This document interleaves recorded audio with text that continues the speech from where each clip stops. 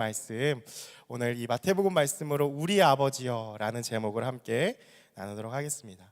여러분, 새가족 공부를 같이 하면요 보게 되는 문장인데요, 이러한 문장이 있습니다. 혼자서 할 수 없는 것이 둘이 있다. 하나는 결혼이고 또 하나는 그리스도인이 되는 것이다. 이 스위스의 정신의학자이자 그리스도인 의사로 유명한 이 폴 트루니에라는 분이 한 이야기입니다. 혼자서 할 수 없는 것이 이 세상에 단 두 가지라는 거예요. 하나는 결혼이고, 여러분, 결혼을 혼자 할 수 없죠. 가끔 이제 혼자서 결혼한다고 생각하시는 조금 그런 분이 계신데, 정신을 똑바로 차리고 혼자서 결혼할 수 없죠. 결혼은 짝꿍이 있어야 하죠. 그런데 우리가 그리스도인은, 우리가 여기서 의문이 좀 듭니다.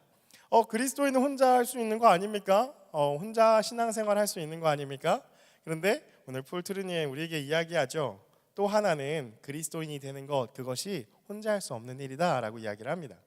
여러분, 우리가 지난 시간에 함께 하나님이 사람을 지으실 때에, 인간을 창조하실 때, 천지를 창조하실 때 창세기의 내용을 통해서 하나님께서 어떻게 만드셨는가를 함께 나누었죠. 창세기 1장 26절에 계속해서 반복되어지는 단어가 있었습니다. 하나님께서 우리의 형상을 따라 우리의 모양대로 우리가 사람을 만들고 하면서 우리가 계속해서 반복되는 것을 볼 수가 있었죠.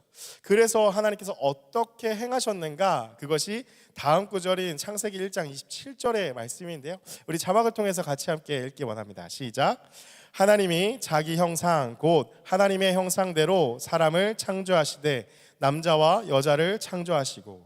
여러분, 하나님이 하나님의 형상대로 한 사람만 만드신 것이 아니라 그 형상대로 곧 공동체적인 그 존재대로, 성부, 성자, 성령 삼위일체 그 공동체적인 존재대로 남자와 여자를 만드셨다라고 하죠.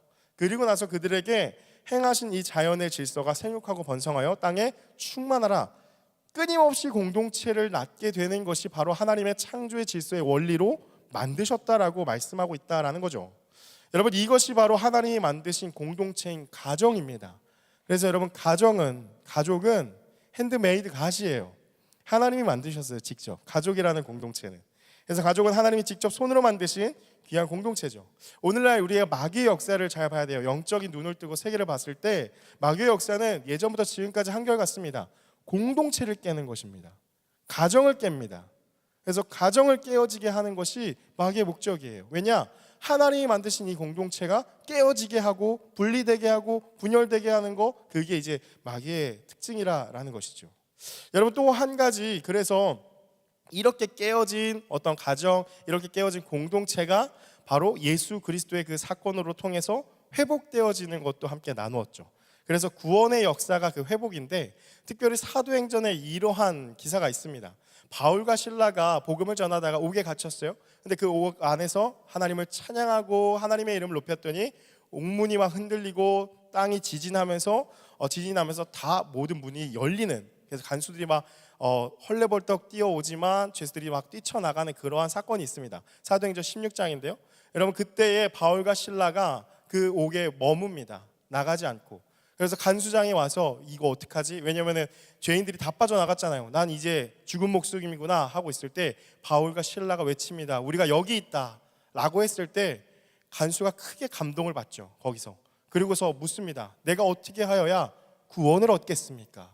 라고 했을 때 이 바울과 실라가 그 간수에게 했던 이야기가 사도행전 16장 31절, 우리가 잘 아는, 들어봤던 말씀인데요. 같이 함께 읽어보겠습니다. 시작. 이르되 주 예수를 믿으라, 그리하면 너와 내 집이 구원을 받으리라 하고.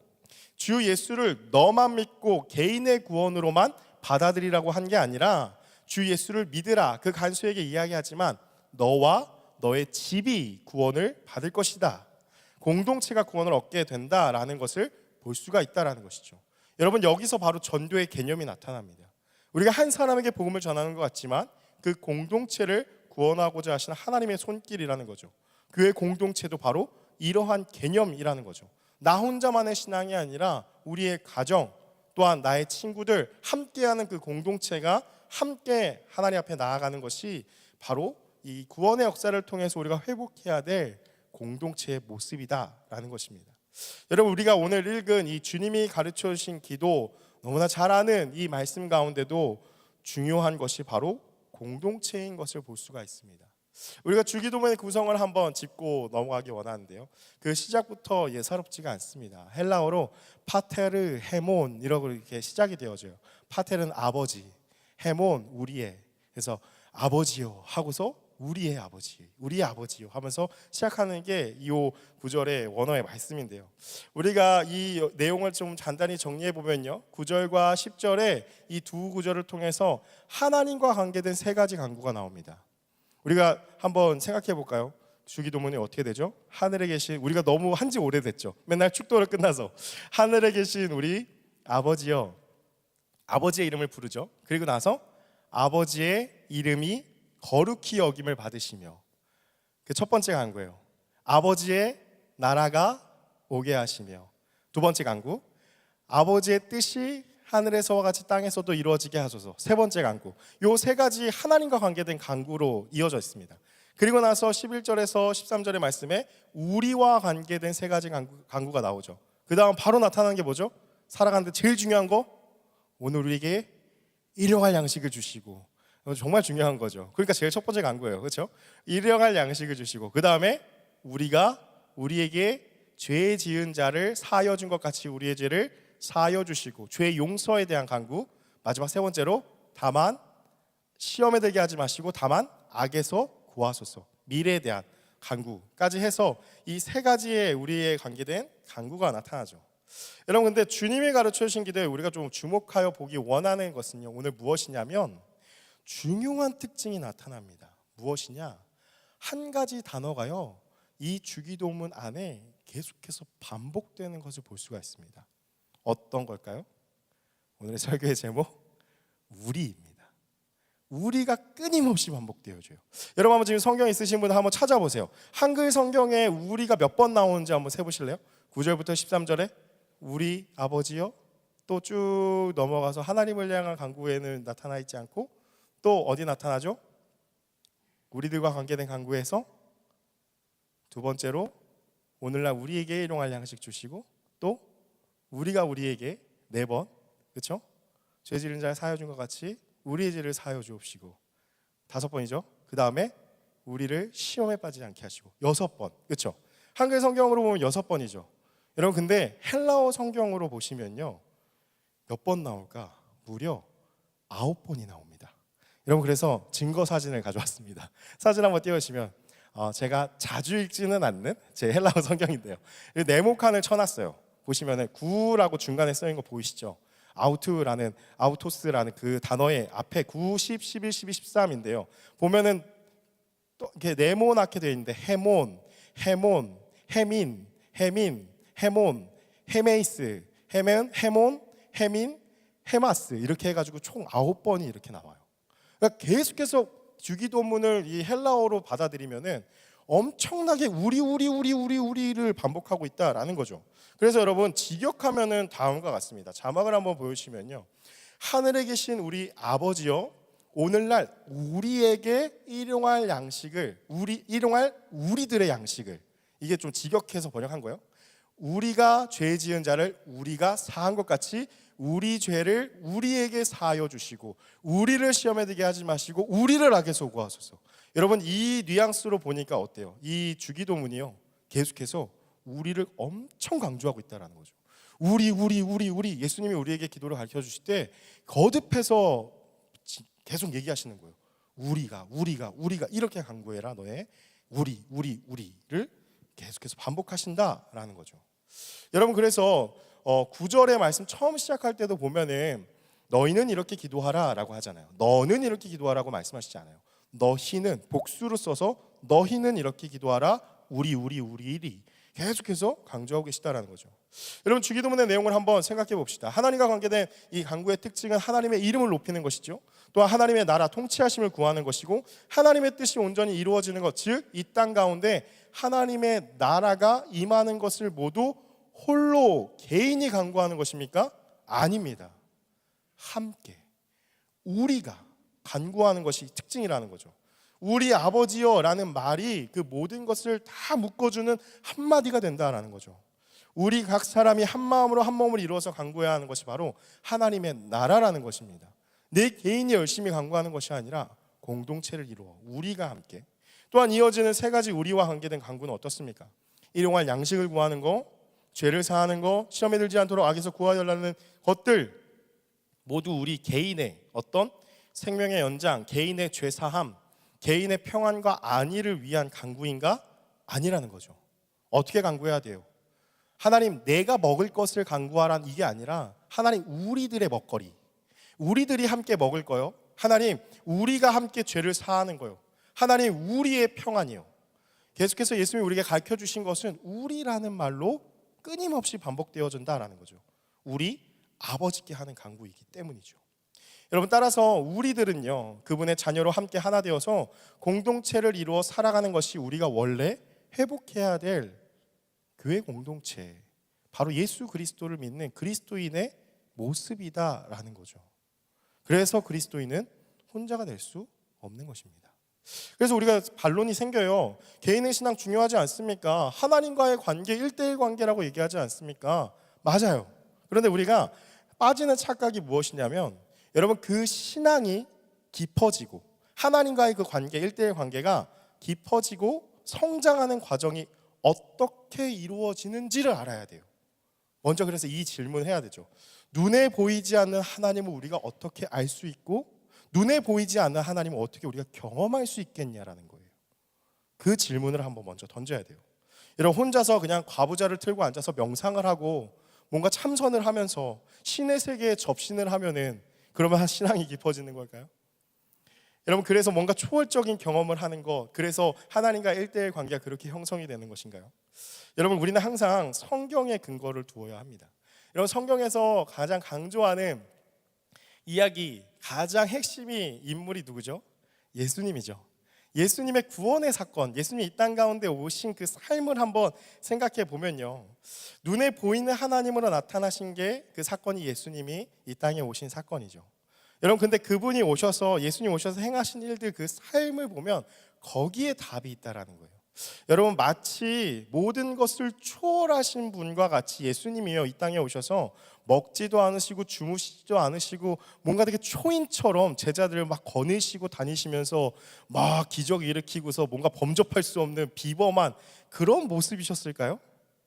물론 그런 기적도 나타나는데요, 근데 그러기에는 너무 예수님을 묘사하는 말이 나는 죄인과 세리의 친구고 먹기를 탐하는 자라고 말씀하세요. 같이 먹었고 같이 자고 같이 함께 어울리고 게임도 하고 함께 어울리셨던 그 분이 바로 예수님, 그리고 그 삶이었다라는 거죠. 마냥 좋은 삶이었습니까? 아니죠. 끊임없이 사람들에게 치이면서 살아가셨습니다. 연약한 자들하고 함께 하셨고요, 또 손가락질도 당하시고, 심지어는 어떤 일? 우리가 제일 싫어하는 게 뒤통수 맞는 거잖아요. 사랑하는 제자들한테 뒤통수 맞으셨죠. 베드로와 유다는 예수님 3년 동안 따라다니고서 팔아 넘겼죠, 예수님을. 베드로 그렇게 사랑한다고 얘기했는데 결정적인 순간엔 나는 그분이 누군지 알지 못합니다라고 부인해버린, 여러분 얼마나 마음이 속상하겠어요. 이러한 모든 일을 당하셨다라는 거죠. 예수님은 사람들과 함께 하셨고 공동체를 이루셨고, 죽음과 부활 후에도 예수님이요, 사람들을 챙기십니다. 먹을 거 챙겨주시면서 같이 얘기 나누시고요, 사람들의 집중하신 것을 볼 수가 있습니다.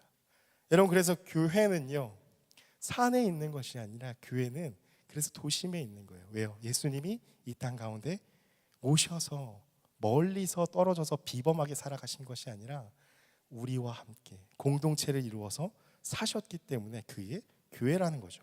사랑하는 여러분, 신앙은요, 그래서 신앙은 무엇이냐면 관계라는 것입니다. 나에게 집중하여서 나 홀로 수련을 하여서 어떤 깨달음을 얻는 철학적인 사고가 아닙니다.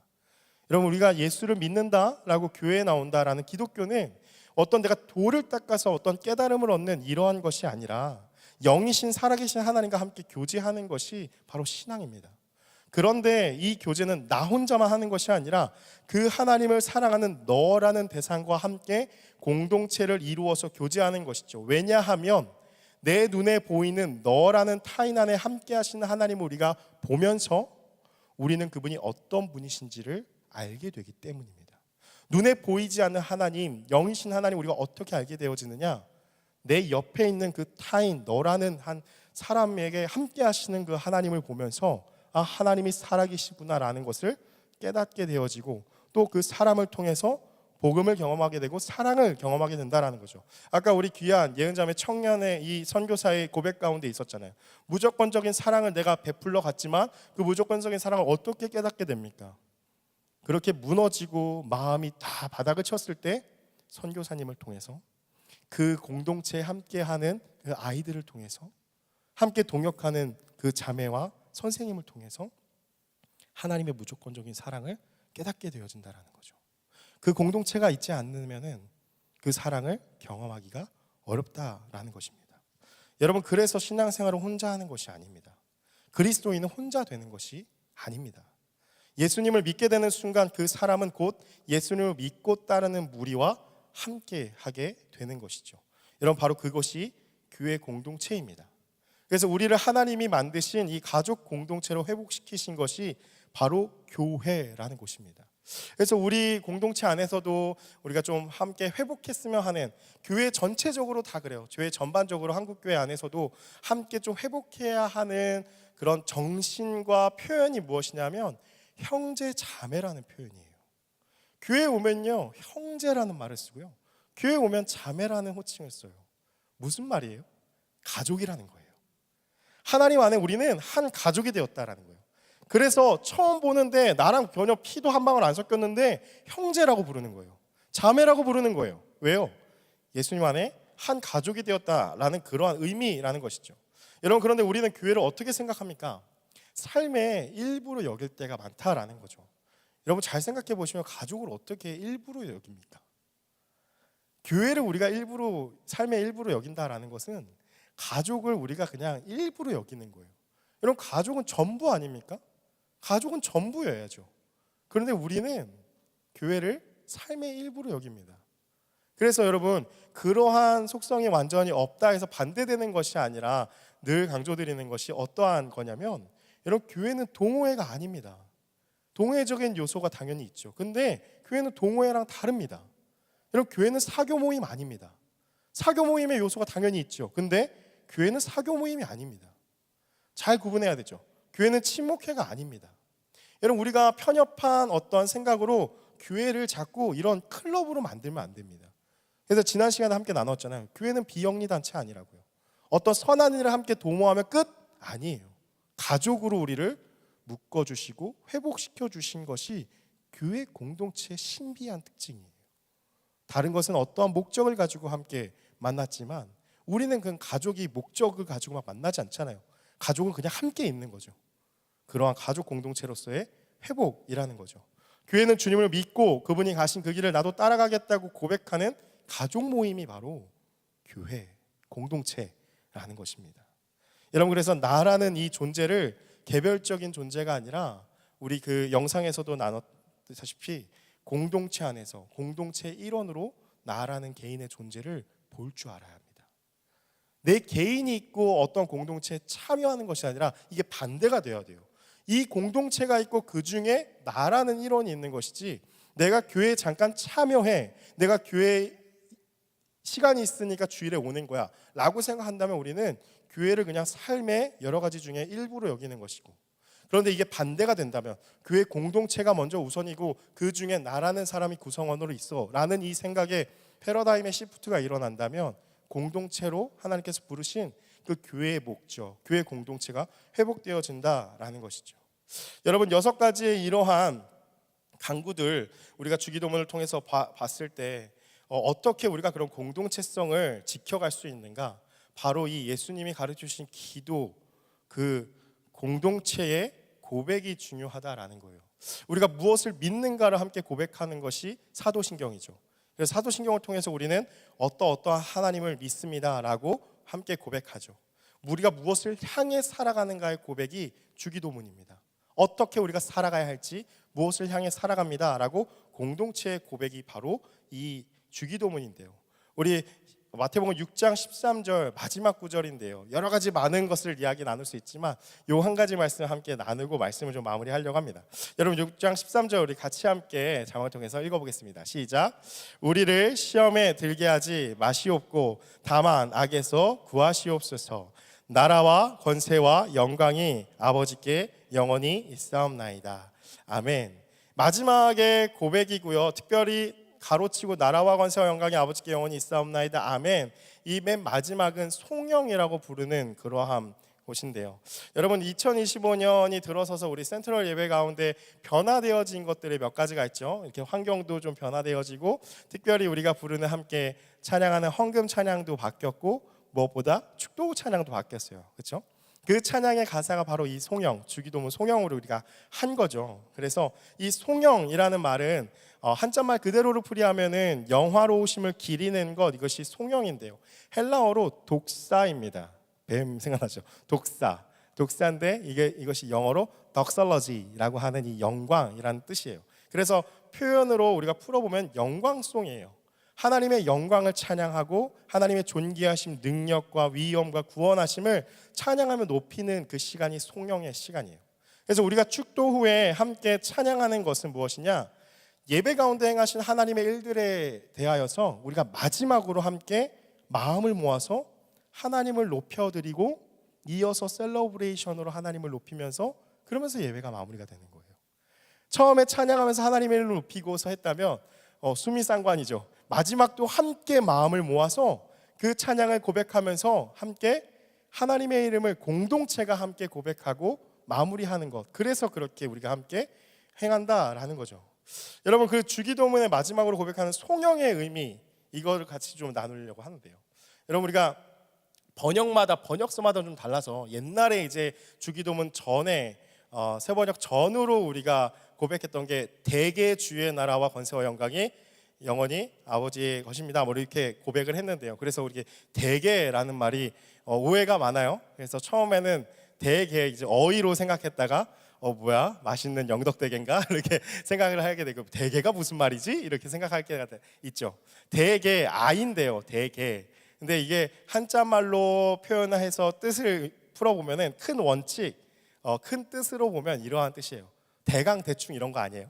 그냥 대충 주님의 나라와 주님의 것이 다 아버지의 것입니다. 이런 고백 아니고 헬라어의 번역이 좀 더 이해하기가 쉬워요. 헬라어에 뭐라고 앞에 접속사가 붙어져 있냐면 호티라는 접속사인데 왜냐하면이에요.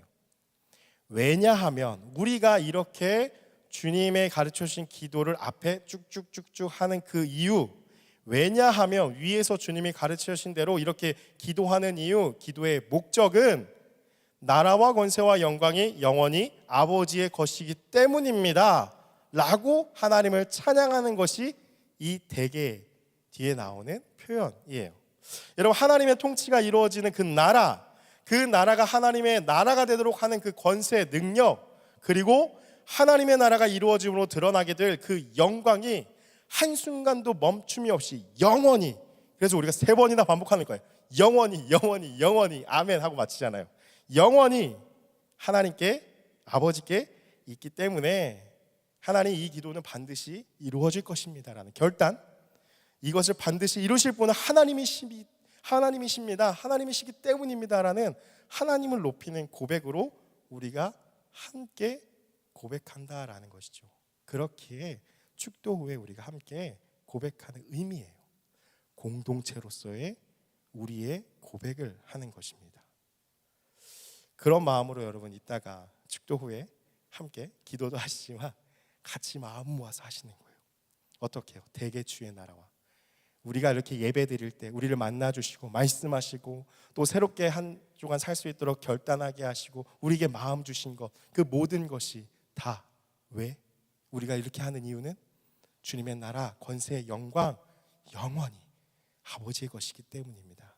우리는 주님의 것이기 때문입니다. 그렇게 함께 고백하는 시간이다라는 것이죠. 사랑하는 여러분, 말씀을 마무리하고자 합니다. 여러분, 예수님께서는요 나 혼자가 아닌 우리가 되어서 공동체로 함께 우리의 아버지에게 간구하라고 이 기도를 가르쳐 주셨습니다. 그래서 우리가 본대로 이 주기도문 안에는 계속해서 우리 끊임없이 반복되어지는 것을 볼 수가 있죠. 우리를 개인으로 부르신 것이 아니라 바로 공동체, 가족으로 부르셨다라는 사실입니다. 그래서 여러분 한번 스스로에게 이 질문을 던져보았으면 좋겠습니다. 여러분은 진정으로 그 공동체의 일원으로 속하여 계십니까? 다시 말하면 뭐예요? 여러분은 가족이 되어 계십니까? 여러분 주위를 둘러보시겠어요? 옆에 있는 사람, 앞뒤에 있는 분들 한번 바라봐 주시겠어요? 네, 살짝 이렇게 하나님이 우리를 가족으로 부르셨다라는 거예요. 그게 예수님의 구원의 의미. 왜 교회가 하나님의 꿈이냐? 하나님께서 이 가족 구성원에서 분열되어서 떨어진, 죄로 인해서 분열되어 떨어진 우리를 다시 하나로 뭉치게 하시려고 하나님의 꿈, 교회, 그 공동체를 이루기 원하신다라는 것입니다.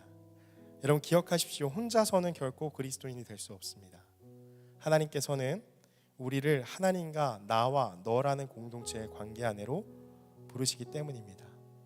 우리의 아버지, 우리의 하나님을 우리가 함께 섬기는 그러한 저와 여러분이 되기를 주님의 이름으로 축복합니다.